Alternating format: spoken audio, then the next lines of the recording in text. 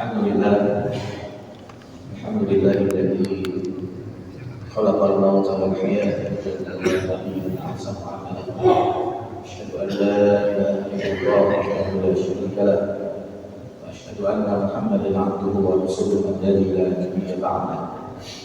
Allahumma shalli wa sallim wa barik ala nabiyyina wa rasulina Muhammadin sallallahu alaihi wasallam wa ala alihi wa sahbihi ajma'in. Qala Allah Ta'ala fil Qur'anil Karim, a'udzu billahi minasy syaithanir rajim. Ya ayyuhalladzina amanu taqullaha haqqa tuqatih wa la tamutunna illa wa antum muslimun. Shadaqallahul 'azim. Bapak Ibu hadirin hadirat jamaah salat subuh Masjid Jami' Al-Falaq yang mudah-mudahan kita semua dirahmati Allah Subhanahu wa taala. Tahun ini jumlah jamaah haji dari seluruh dunia ada 1,7 juta, di mana 13%-nya kurang lebih itu dari kita Indonesia. Ada 221.000.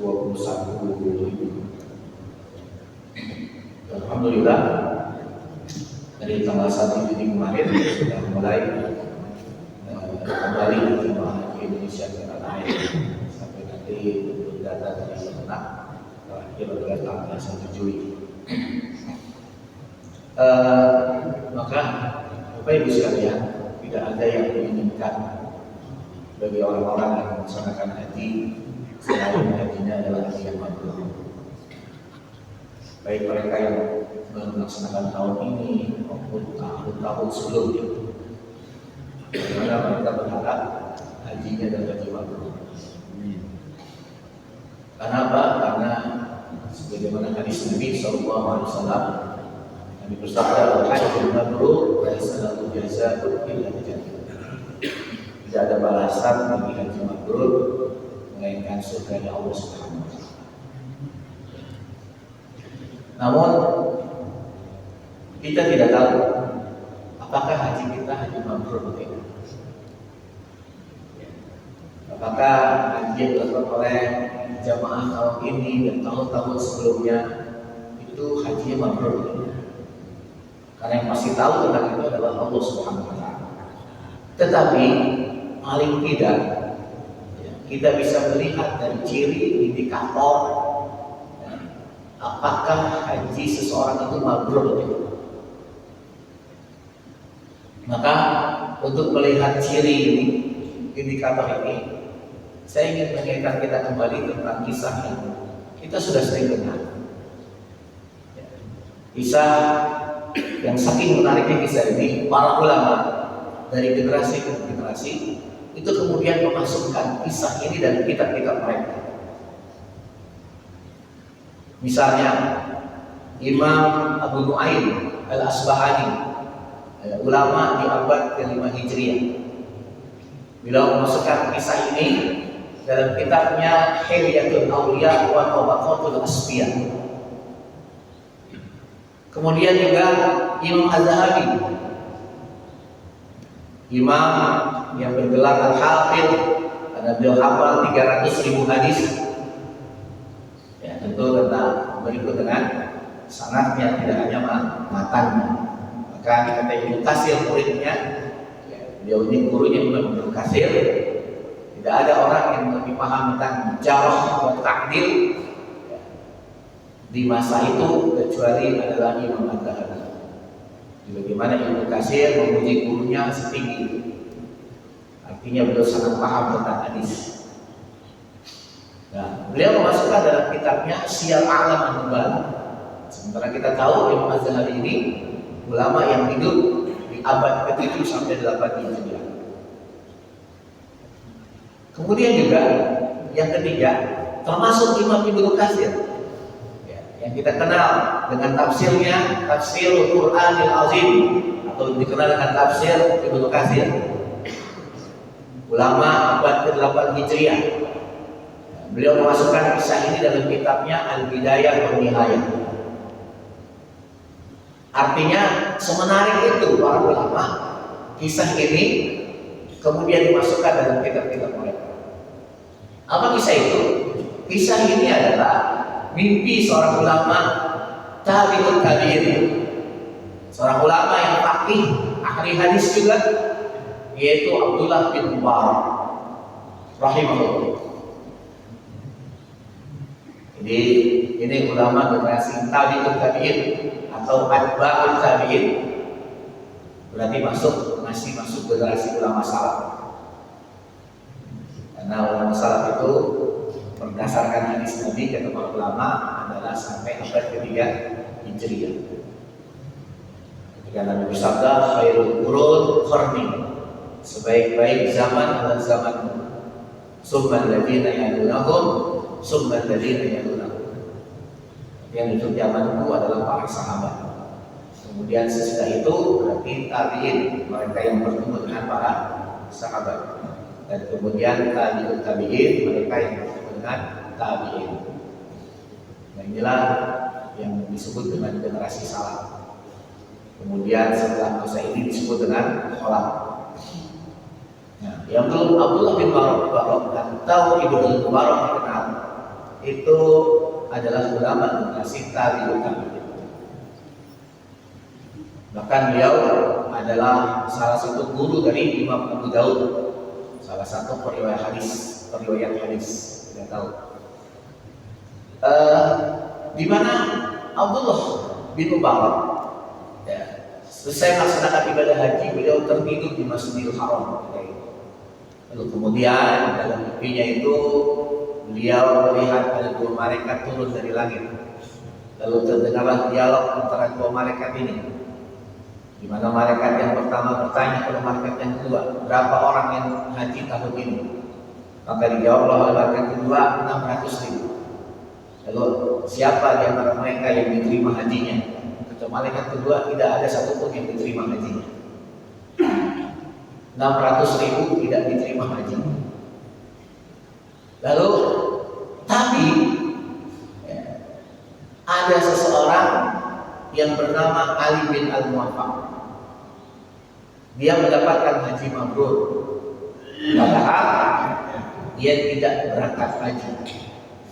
Bahkan karena dialah kemudian 600.000 itu kemudian hajinya diterima oleh Allah Subhanahu wa taala. Maka setelah terjaga dari mimpinya dan setelah menyelesaikan urusannya, kemudian Abdullah bin Mubarak pergi ke tempat di mana tinggalnya Ali bin Al-Muwaffaq. Itu di Damaskus. Ternyata ketika dia bertemu, ternyata Ali bin Al-Muwaffaq ini adalah seorang tukang sol sepatu. Lalu terjadilah dialog. Disampaikan oleh Abdullah bin Mubarak tentang mimpinya ini. Lalu Ibnu Mubarak mengatakan, kira-kira apa yang menyebabkan kamu begini? Maka kemudian Ali bin Mubarak bercerita bahwasanya saya sudah 40 tahun menabung untuk biaya berangkat haji, sehingga terkumpullah 350 dirham. Dan saya berharap tahun ini saya berangkat haji. Tapi satu hari ketika itu saya dan istri saya mencium aroma masakan yang sedap. Dan istri saya dalam keadaan hamil. Lalu dia berkata kepada saya, "Baik suamiku, cari sumber aroma masakan ini dan minta kepada pemiliknya." Maka dicarilah oleh Ali bin Muwaffaq. Lalu kemudian ternyata aroma masakan ini berasal dari sebuah rumah yang dihuni oleh seorang wanita janda dengan beberapa anak. Lalu minta izinlah Ali bin Al-Muwaffaq kepada wanita ini, dan dia pun menyampaikan maksudnya, di mana dia meminta bagian dari masakan yang dimasak oleh wanita tadi. Tapi kemudian kata wanita tadi, tidak, saya tidak akan beri. Kenapa? Ini istri saya yang membutuhkan. Istri saya sedang idam. Tidak, saya tidak akan berikan. Setelah dipaksa, kenapa sebabnya? Ternyata kemudian wanita itu berkata, ini halal bagiku dan tidak halal bagiku. Apa sebabnya? Sudah beberapa hari kami tidak makan, sehingga hari ini aku keluar mencari sesuatu yang bisa dimakan. Lalu aku dapatkan seekor bangkai kuda. lalu aku ambil bagian itu, lalu aku bawa ke rumah dan aku masak, dan inilah hasil masakannya. Maka terkaget Ali bin Al-Muwaffaq ini. Kemudian dia pulang dan berbicara dengan istrinya, kemudian dengan kemantapan uang haji, uang tabungan haji yang sudah dipersiapkan, kemudian dia berikan kepada wanitanya. Dan dia mengatakan, hal al-haji fi baridan fa aina azhar. Hajiku ada di depan pintu rumahku, lalu saya mau kemana lagi? Maka mengertilah ketika itu Abdullah bin Mubarak tentang Ali bin Al-Muwaffaq ini. Bapak Ibu sekalian yang dirahmati Allah Subhanahu wa taala, Imam Ibnu Hajar Al-Asqalani mengatakan, mimpi yang berasal dari selain Nabi tidak bisa menjadi syariat. Artinya apa? Artinya seperti kisah tadi, Ali bin Al-Muwaffaq dia tidak jadi haji karena biaya hajinya kemudian dia infakkan, dia sedekahkan kepada orang yang kelaparan. Namun demikian ini tidak bisa menjadi syariat. Artinya jangan sampai kemudian orang beranggapan haji, kewajiban haji itu bisa diganti dengan cara bersedekah. Karena banyak orang yang punya kemampuan, sudah istitoah, dia sehat, punya harta, tapi mereka tidak mau berangkat dengan berbagai macam alasan. Lalu jangan sampai kemudian setelah mendengar kisah ini, kemudian dia ganti kewajibannya itu dengan cara berinfak. Udah saya nggak usah haji, yang penting saya infak, yang penting saya sedekah sama orang miskin. Maka itu yang dimaksud oleh Imam Ibnu Hajar Al-Asqalani, bahwasanya mimpi selain dari Nabi bukan dan tidak bisa menjadi syariat. Artinya kewajiban hajinya tetap tidak hilang, terlebih lagi bagi orang yang sudah istiqomah. Jadi nggak bisa. Banyak orang alasannya yang sudah punya duit, saya takut nanti terjadi apa-apa di sana, saya belum siap. Nah, ini nggak bisa. Udahlah kalau gitu saya ganti aja lah, bahkan lebih besar daripada ONH saya sedekahnya. Nggak bisa. Tetap baginya wajib melaksanakan haji, dan ketika kemampuan itu sudah ada tapi dia tidak berangkat, maka dia berdosa. Oleh karena itu Imam Az-Zahabi dalam kitabnya Al-Kabair memasukkan tarkul haj, meninggalkan ibadah haji tanpa alasan syar'i, itu termasuk dosa besar. Sebagaimana Ibnu Abbas ketika beliau menafsirkan firman Allah dalam surat Al-Munafiqun ayat 10, wa anfiqu mimma razaqnakum min qabli an ya'tiya ahadakumul maut fa yaqula rabbi laula akhartani ila ajalin qarib fa asaddaqa wa akun minas shalihin. Kata Ibnu Abbas, yang dimaksud dengan fa asaddaqa itu bersedekah, dan yang dimaksud dengan wa akun minas shalihin itu adalah melaksanakan ibadah haji. Dan ini penyesalan bagi orang-orang yang ketika hidup dia tidak mau berzakat, dia tidak mau berhaji, padahal dia mampu untuk melaksanakannya. Maka penyesalan yang datang saat sakaratul maut adalah ini, saya ingin bersedekah. Artinya secara khusus saya ingin berzakat. Jadi dia sudah mampu, sudah sampai nisab, tapi dia tidak mau berzakat. Maka ini penyesalan yang datang saat dia mau mati. Dan yang maksud dengan aku minas sholihin haji, dia punya kemampuan beribadah haji, punya harta, fisik oke, kuota sudah turun, tapi tidak berangkat, maka penyesalan yang akan dia rasakan adalah saat masa pertemuan dia mengatakan wa aku minas sholihin.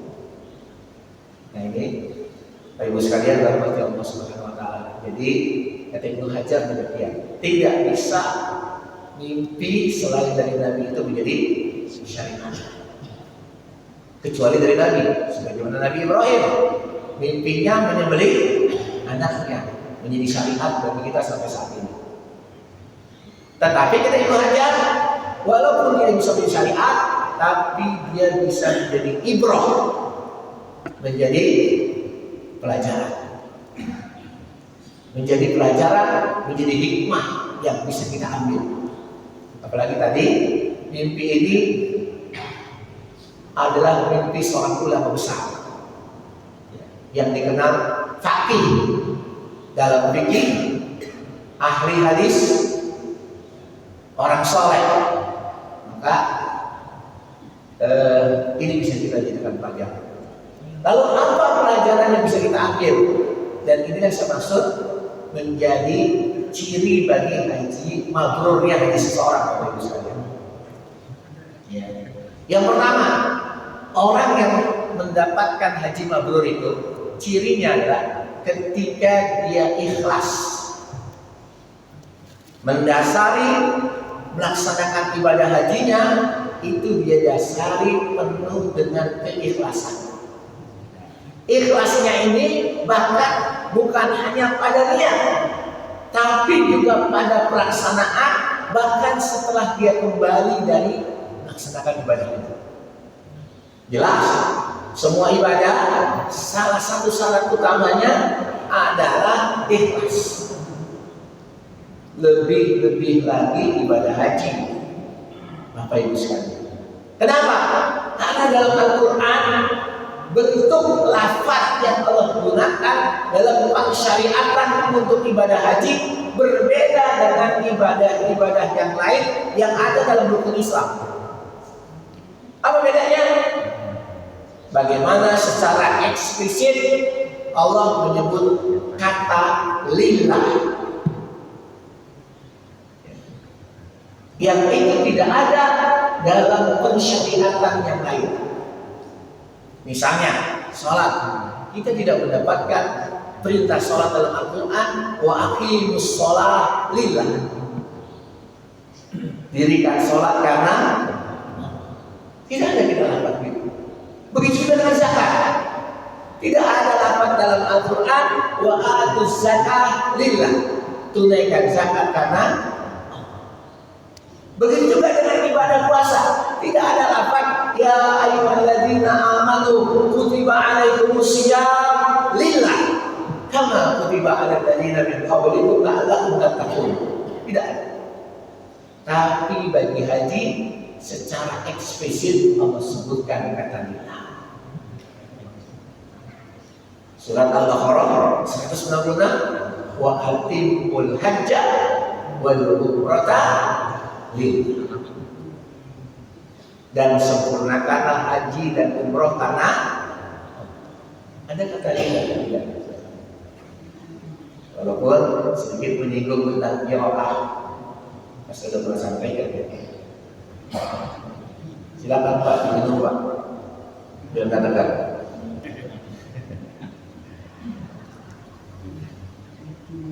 Jadi dalam qiraah yang lain bacanya ada dua ini. Ayat 196. Kalau qiraah yang kita pelajari wa atimul hajja wal umrata lillah. Jadi qiraah yang lain wa atimul hajja wal umratu lillah. Jadi jangan heran nanti kalau kita ketemu mushaf yang begitu bacaannya, atau kita dengar orang bacanya begitu, wah salah ini. Yang salah karena ilmu kita yang masih kurang. Dan perbedaan qiraah ini membawa konsekuensi hukum. Ya. Jadi kalau dibaca dengan fathah kalimat umrohnya mansub, maktub dengan haji, wa atimul hajja wal umrata. Karena hajinya juga fathah, karena posisinya sebagai maf'ul bih, wa atimul hajja wal umrata. Berarti sempurnakan haji dan umroh karena Allah. Maka konsekuensi hukumnya berarti umroh hukumnya sama dengan haji, yaitu wajib. Jadi kita bacanya mana? Berarti umrohnya wajib, umroh wajib. Apalagi ada pendapat yang mengatakan saat ini bahwasanya karena haji itu harus istitoah, kemampuan. Nah, sekarang zaman sekarang salah satu kemampuan dalam melaksanakan haji itu dapat kuota. Jadi punya duit, sehat, tapi nggak ada kuota, nggak berangkat, maka dia nggak istitoah. Nah, oleh karena itu untuk sementara sampai dapat kuota, maka umroh menjadi wajib. Wajib ya. Hajinya sementara enggak. Jadi wajib melaksanakan umroh. Apa? Di antara alasan juga untuk antisipasi kuota belum keluar sudah beli. Dan gak umroh juga lagi gitu. Makanya umroh. Nah itu konsekuensi hukumnya. Kalau kalimat umrohnya dibaca dengan fathah. Tapi kalau kalimat umrohnya dibaca dengan doma, maka hukum umroh menjadi sunnah. Karena dia tidak maktub ke haji. Wa atimul hajjah wal umratu lillah. Nah ini mazhab Hanafi. Ya, yang pernah menyatakan bahwasanya umroh itu hukumnya sunnah. Sementara Syafi'i, Hambali, Maliki itu menyatakan wajib berdasarkan qiraah yang dibaca. Jadi qiraah itu membawa konsekuensi hukum. Nah, kembali lagi tadi ayat ini. Jadi di ayat ini jelas eksplisit Allah mengatakan kalimat lillah. Begitu juga di ayat yang kedua, surat 3 surat Ali Imran ayat 97. Walillahi 'alan nasi hajjul baiti man istata'a ilaihi sabila. Bahkan kalimat lillahnya di depan. Kalau tadi kalimat lillahnya di belakang. Kalau di sini depan. Walillahi, dan karena Allah, ala nasi, kewajiban bagi manusia hajjul baiti man istata'a ilaihi sabila, melaksanakan ibadah haji ke Baitullah bagi siapa yang mampu. Jadi jelaskan ada kalimat lillah dalam lapan pensyariatan ibadah. Kenapa demikian? Karena di antaranya haji itu adalah yang jelas-jelas ibadah jahriyah, ibadah terangan. Ya, ibadah terang, dan memang harus begitu. Haji. Jadi jangan sampai orang berangkat haji diam-diam. Takut riya. Ukurannya begitu ya. Jadi jangan sampai tetangga lihat rumah kita, ini rumah kok sepi, gelap mana gitu. Itu. Nggak mau dimulai pergi haji gitu. Nggak ada yang tahu gitu. Itu bahaya. Sementara kita mau melaksanakan perjalanan jauh, yang resikonya tinggi. Resiko nggak balik lagi, resiko kecelakaan, resiko meninggal dunia. Jangan sampai kita tidak berpamitan dengan tetangga, dengan saudara. Karena dia mau jahil, terang-terangan. Itu. Makanya Allah mengingatkan lillah. Dan di kita ada namanya walimatus safar. Walimatus safar, bagus itu walimatus safar. Itu dalam rangka tadi, ya, agar semua orang tahu sekaligus kita berpamitan. Ustaz, kenapa Pak kita nggak ke rumah masing-masing gempor begini? Ini satu RW satu jamaah Masjid Al-Falah dipamitin datang ke rumahnya. Takut ria Ustaz, gara-gara takut ria jadi gempor. Capek tiap rumah didatangin gitu. Nggak usah bikin acara desa, saya datang aja gitu. Itu ya. Tapi efektif ketika kita undang. Bagus. Dan ada tausiah, berarti ada majelis ilmu. Udah ada apa lagi? Ada sedekah makanan. Namanya walimatus safar. Kalau nggak ada makanan bukan walimah. Ya. Jadi harus ada namanya walimatus safar, harus ada makan. mau prasmanan, mau dibungkus, pokoknya harus ada makanan. Itu dalam kalau kita mau pakai dari sisi bahasa. Orang Arab kalau sebut walimah pasti ada makanan. Jadi jangan sampai nggak ada makanan Ustaz. Ya cuma ngumpul aja. Ya jangan bilang walimah gitu. Walimah itu ada makanan. Apakah cuma kopi doang ya? Mau bisa goreng gitu. Ini enggak semuanya. Ya pintar bikin walimahnya ketika bulan puasa.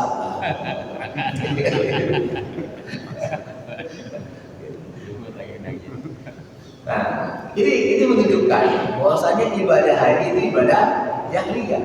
Oleh karena itu, karena dia jahiliyah terang-terangan, maka potensi tidak ikhlasnya itu besar. Makanya Allah mengingatkan, lillah, niat karena Allah, karena Allah saya. Nah, itu dari awal. Begitu juga dalam pelaksanaan ibadah haji itu dominannya fisik, ibadah fisik. Tawaf keliling 7 kali, sa'i turun naik Safa Marwah, kemudian wukuf panas-panasan gitu. Seperti itu. Itu dominannya fisik. Itu kalau nggak ikhlas, nyolot mulu Bapak Ibu. Marah terus. Makanya Allah ingatkan, al-hajju ashhurun ma'lumat. Faman farada fihinna hajja fala rafasa wala fusuqa wala jidala fil hajj. Itu diingatkan. Karena tadi karena panjang waktunya, walaupun sebenarnya intinya cuma 7 hari kan. Kalau dihitung itu cuma 7 hari, 6 sampai 7 hari aja. Tapi karena tadi kita harus datang sebelumnya, pulang juga setelah pelaksanaan. Dan dalam pelaksanaan tadi akan terjadi benturan satu sama lain dengan orang yang berbeda karakter. Kalau tidak bisa menjaga emosi, tidak menjaga keikhlasan, itu marah-marah. Karena gini, ada ini ketika saya sampaikan ke tempat lain, ada jamaah saya ngomong gini, Ustaz, apa yang dikatakan Ustaz tentang ikhlas itu belum betul. Maksudnya apa? Karena saya dengar ketika saya berangkat haji, saat berada di bis, ya, di terowongan Mina, dan ketika itu macet, ini satu kloter dengan saya, satu bis dengan saya. Dia bilang apa? Saking capek, gerah, dia ngomong ini. Waduh, memang benar ternyata haji itu berat banget. Ini nanti kalau gua pulang ke tanah air gak ada yang manggil haji, gua nengok. Ngomong begitu gitu. Ini bukan katanya, dia dengar langsung. Dan ternyata betul, Allah kabulkan itu. Kabulkannya apa? Selama di Mekah, setiap yang dipanggil susah tengok. Betul ada cerita di jamaah saya. Dia kalau dipanggil, misalnya Mahmud, susah. Karena dia ngomong begitu. Tapi begitu selesai ibadah hajinya, kan terus dia kan ke Mekah dulu gitu ya. Lalu setelah itu dia ke Madinah. Begitu di Madinah, biasa aja. Biasa aja. Jadi normal lagi. Jadi ini, di keikhlasan itu tetap dijaga juga dalam pelaksanaan. Ketika kita lagi toat, dorong-dorongan, senggol-senggolan sama orang Afrika lagi, ya, itu kalau nggak nahan emosi, nggak ikhlas terlalu berat, itu akan ngoceh kita. Seperti itu. Begitu juga keikhlasan itu harus dijaga ketika kita sudah kembali ke tanah. Jangan sampai sebelum haji dipanggil Mahmud, nengoknya cepat. Ya. Begitu sudah haji, pulang haji dipanggil Mahmud, nggak nengok-nengok.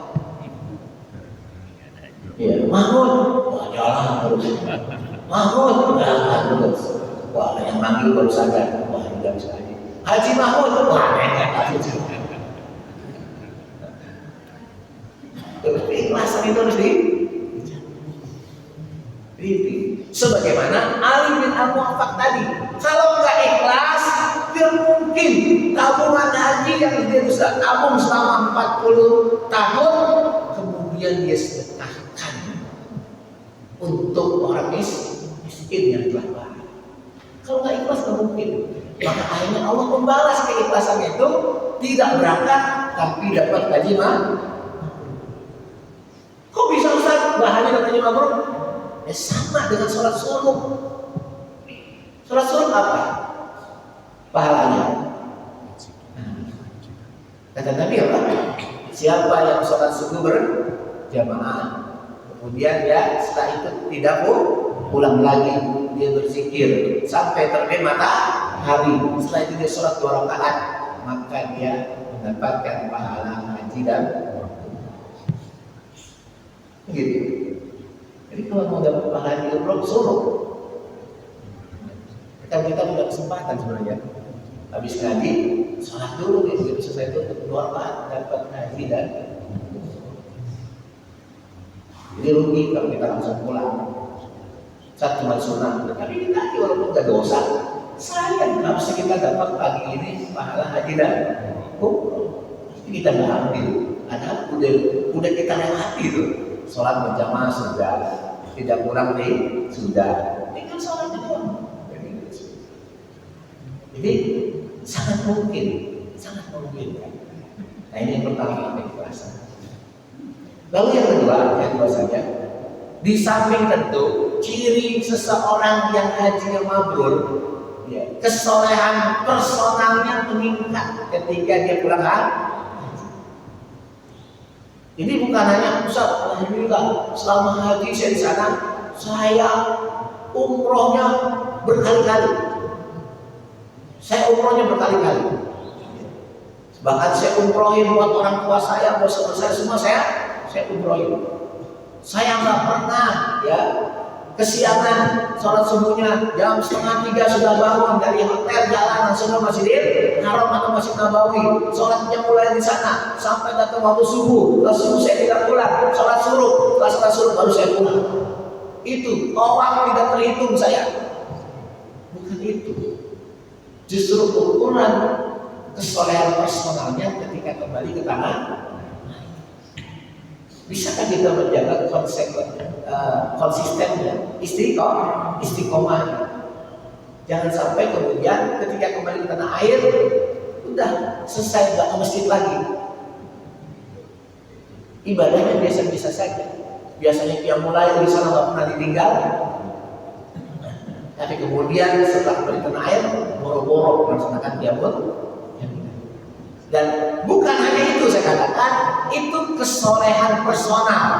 Maka berdasarkan kisah tadi, penting setiap orang yang melaksanakan ibadah haji, ketika dia punya ciri haji mabrur adalah dia punya kesolehan secara sosial. Kesolehan sosial. Sebagaimana Ali bin Al-Muwaffaq tadi.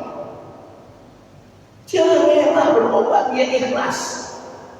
Dan dia membuktikan dia punya kesolehan sosial. Apakah dia nggak butuh? Butuh. Sangat butuh. 40 tahun menunggu, tapi kemudian dibatalkan hanya untuk membantu orang yang lebih membutuhkan. Dan inilah kesolehan sosial. Ini sangat penting ya. Ini jangan sampai orang yang pergi haji nggak punya kepedulian dengan lingkungan, cuek dengan keadaan masyarakatnya. Oh benar enggak itu bukan urusan saya. Gitu. Ada saudaranya dizolimi, dibunuh biasa saja. Itu bukan urusan saya. Jangan sampai begitu. Belum lama ada orang yang mengatakan, udahlah nggak usah mikirin di tempat lain, nggak usah mikirin Palestina gitu. Urusin aja di Indonesia benar, Palestina benar gitu. Saya bilang, setiap kita punya masalah, nggak ada yang punya masalah. Kita punya problem, tapi jangan sampai masalah yang kita hadapi, problem yang kita miliki, kemudian menghilangkan rasa peduli kita dengan sesama. Jadi jangan sampai kita punya masalah. Indonesia banyak masalah. Bahkan minum mulutnya masalahnya gitu. Masalah MBG belum selesai. Masalah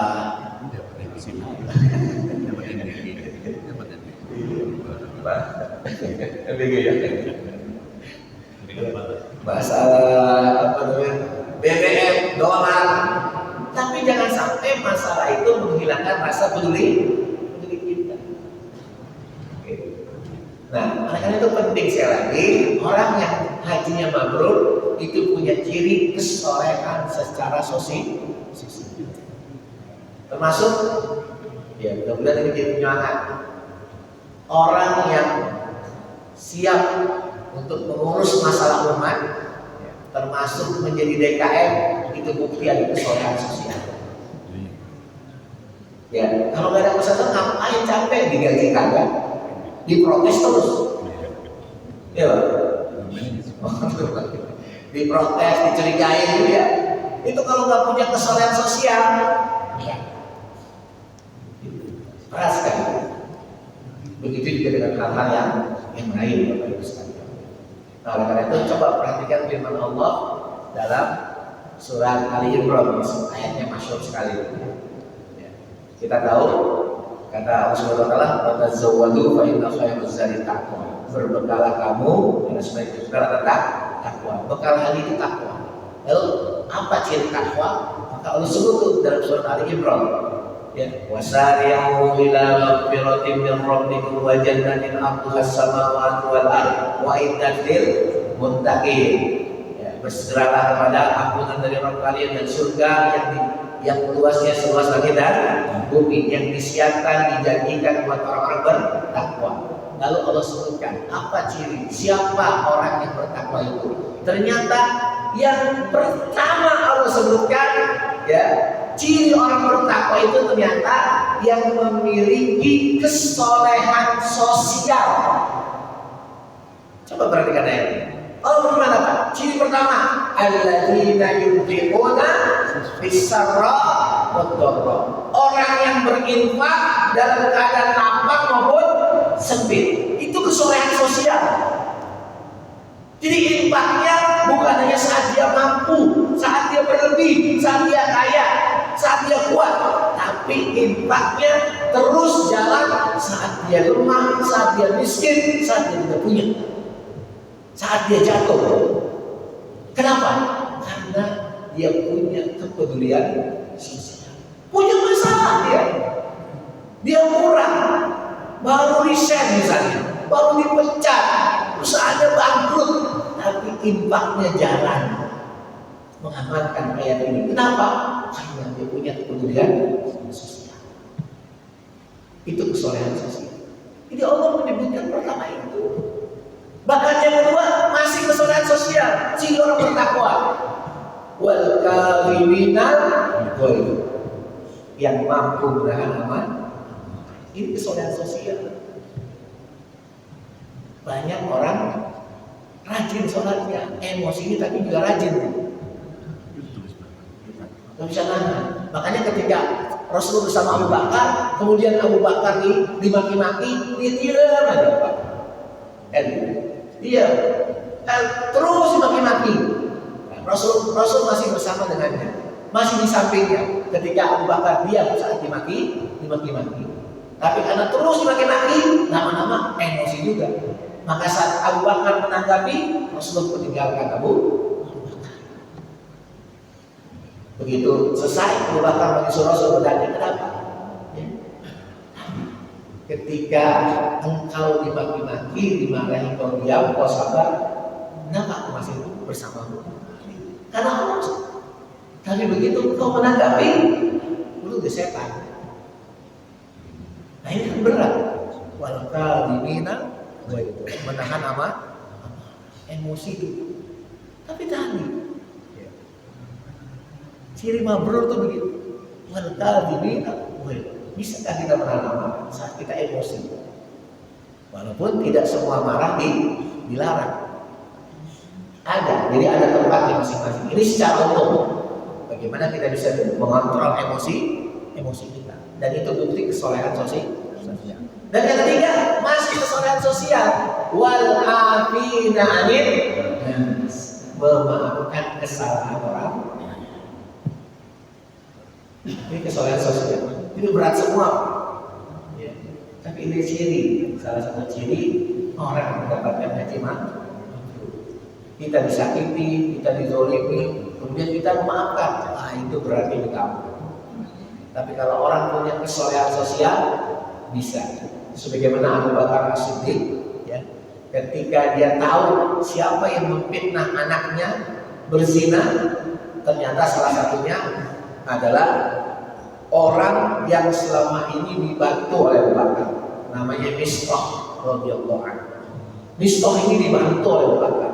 Ternyata dia yang ikut nyebarin berita Aisyah berzina. Begitu tahu marah Abu Bakar, dan dia mengatakan saking emosinya, aku stop bantuanku buat Mistah. Saya nggak kasih lagi. Tapi turun ayat surat An-Nur. Ya. Kata Allah Subhanahu Wa Taala, "Ala tuhibbuna ayyaghfirallahu lakum." Tidakkah kalian suka Allah memaafkan dosa-dosa kalian? Maka setelah turun ayat ini, Abu Bakar langsung cabut statementnya tadi. Aku cabut dan aku tetap membantu Mistah. Nah, itu kesolehan sosial. Baru kemudian yang berikutnya kesolehan personal. Walladzina idza fa'alu fahishatan aw dzalamu anfusahum dzakarullaha fastaghfiru lidzunubihim. Itu kesolehan personal. Jadi kesolehan sosialnya lebih dikedepankan. Nah, inilah Bapak Ibu sekalian, ini juga selain kesolehan personal, perlu juga kesolehan secara sosial.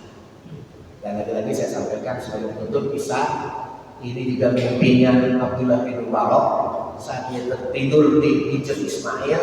Dia bermimpi, dalam mimpi itu dia bertemu dengan Rasulullah SAW. Lalu Rasulullah berpesan kepada, wahai Ibnu Mubarak, temui oleh kamu seorang yang bernama Bahram al-Majusi. Sampaikan salam dariku dan katakan kepadanya Allah ridho kepadanya. Setelah terjaga dia kaget dengan mimpinya itu. Senang bertemu dengan Rasul, tapi kok dia ragu gitu. Kok bisa-bisanya orang Majusi dapat salam dari Nabi Muhammad, dapat ridho dari Allah? Bukankah amalnya tertolak? Maka kemudian dia tidak yakin, dianggap ini mimpinya dari setan. Ternyata di lain hari masih di Mekah ketika itu dia mimpi yang sama. Tapi dia masih belum yakin. Sampai ketiga kali dia mimpi yang sama. Dan disitulah dia berpikir, bukankah mimpi bertemu Rasul pasti betul? Karena Rasul tidak mungkin bisa diserupai oleh siapapun. Tapi yang masih mengajar saya, kok bisa orang Majusi dapat salam? Maka akhirnya dia demi mengobati penasarannya itu dan menjalankan perintah Rasul, dia berangkat ke Irak. Karena disebutkan tinggalnya di Irak. Sampai di Irak, ketemulah dia dengan yang namanya Bahram. Lalu ditanya, dia belum bercerita tentang mimpinya. Dia ditanya sama Bahram, kira-kira kamu selama ini melakukan apa nih? Kebaikan apa? Disebutkan kebaikan yang pertama menurut dia. Tapi kata Imam Bahram, bukan yang ini. Kebaikan yang kedua, bukan. Ketiga, sampai ketiga, wah berarti memang benar salah mimpi saya. Dari tiga yang dia sebutkan, nggak ada yang benar semua. Nggak ada yang benar semua. Tapi kemudian ada lagi nggak? Oh mungkin ini, kata Bahram. Apa itu? Satu malam, saya kedatangan seorang wanita dari agama, jadi wanita muslimah. Dia bolak-balik di depan pintu rumah saya. Sehingga saya curiga, ini ngapain? Jangan-jangan dia mau nyolong ini. Selalu diikuti oleh Bahram ini. Sampailah di rumah wanita tadi. Lalu wanita ini masuk, ternyata dia wanita janda yang punya anak-anak. Ya. Dan ketika itu saya mendengar wanita ini ditanya oleh anaknya, wahai ibu, apakah kau pulang tidak membawa makanan lagi? Tidak, wahai anakku. Kita sudah berapa hari tidak makan, wahai ibu. Kenapa kau tidak temui Bahram? Lalu pinjam sama si Bahram. Kata ibu itu, aku malu meminta kepada selain Allah, apalagi kepada musuh Allah si Bahram. Maka begitu hubungan itu, Bahram pulang mau makanan yang banyak, lalu kembali diberikan kepada wanita tadi dengan malam itu mereka semua kenyang. Maka kagetlah Abdullah bin Umar, wah ini dia. Gitu. Maka diceritakanlah kenapa Ibnu Mubarak bermimpi Bahron. Ceritakan dia bermimpi berpuasa dan disampaikan Rasul menyampaikan salam buat Allah ridho padamu. Maka dia terharu. Muhammad yang dikenal sangat disegani oleh lawan dan kawan menyampaikan salam bagiku. Sehingga dia terharu, hidayah Allah masuk dan saat itu dia bersyahadat. Dan setelah tidak lama dia pun meninggal karena kesolehan sosial. Kemudian Allah memberi hidayah. Nah, karena itu Bapak Ibu sekalian, sekali lagi, inilah disebut dengan penting kita menjaga tidak hanya hablum minallah, tapi juga hablum minannas secara global. Itulah kesolehan personal dan kesolehan sosial. Hablum minallah, hablum minannas. Wallahu a'lam bishawab. Assalamualaikum warahmatullahi wabarakatuh.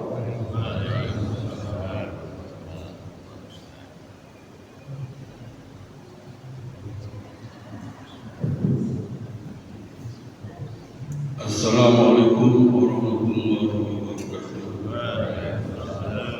Pak Ustaz, ada hadis yang mengatakan Bismillahirrahmanirrahim. Walaisa yang jagal mabrur, haji yang mabrur adalah haji yang mabrur ganjarannya adalah surga. Pertanyaannya, bagaimana orang sudah umroh apa ganjarannya? Dan pertanyaan yang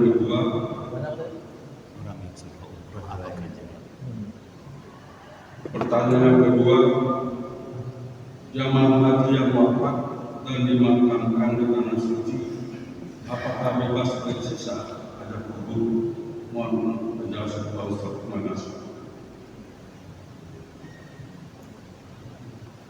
Ya. Ketika kita tidak misalnya mendapatkan hadis tentang keutamaan umroh, tidak seperti haji, bukan berarti umroh tidak dapat ganjaran surga. Semua ibadah itu ganjaran surga.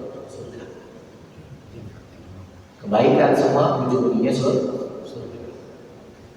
Amal-amal kebaikan. Cuma memang secara khusus setiap amal itu ada kespesialannya, termasuk dari sisi haji gitu. Haji secara zahir Nabi bersabda demikian, tidak ada balasan bagi haji mabrur kecuali surga. Dan umroh juga demikian, walaupun nampaknya tidak seperti itu. Yang dapat dalam hadis kan itu, wal umratu ila umroh. Ya. Jadi dari satu umroh kepada umroh berikutnya itu jadi penghapus dosa. Nah itu spesifik tentang umroh. Nah kalau orang sudah dihapuskan dosanya, sudah pasti masuk surga. Sudah pasti masuk surga. Jadi artinya secara umum.